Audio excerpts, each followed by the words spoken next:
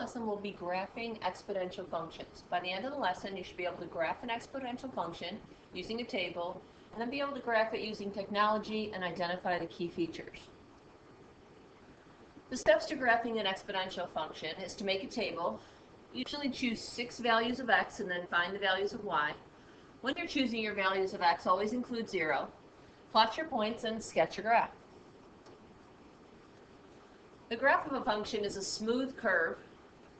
It's never parallel to the y-axis and never parallel to the x, which is the horizontal asymptote. But it moves really close to the asymptote without actually hitting it. So for example, y equals 4x. We're going to make our table, graph it, and then identify the domain, range, and y-intercept.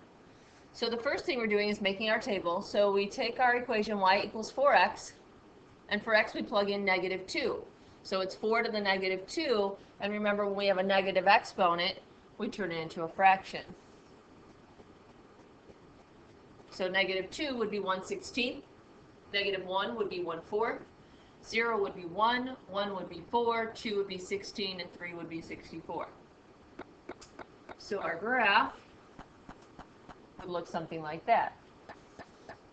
So from that graph, we can tell that the domain is all real numbers.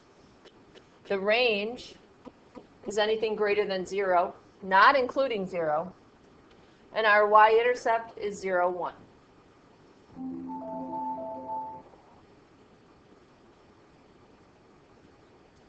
So this one, we have y equals 1/2 x.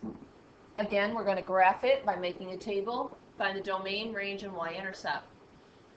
So our table, we're going to use 0, -2, -1, 0, 1, 2, 3. So if I plug those numbers in, when I plug in -2 for x, I get 4. And I plug in -1 for x, I get 2. 0, 1, 1, 1/2, 2, 1/4, and 3, 1/8. So our graph looks something like that. And this one, the domain, again, is all real numbers. The range, again, is y is greater than 0. And the y-intercept is 0, 1.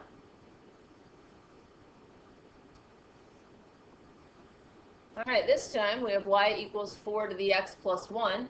So I'm looking for the y-intercept in the line of asymptote. So again, I'm making a table, making sure to include 0. So when I plug in a value for x of -2, I get 1 and 1/16. When I plug in -1, I get 1 and 1/4. 0 gets me 2, 1 is 5, 2 is 17, and 3 is 65.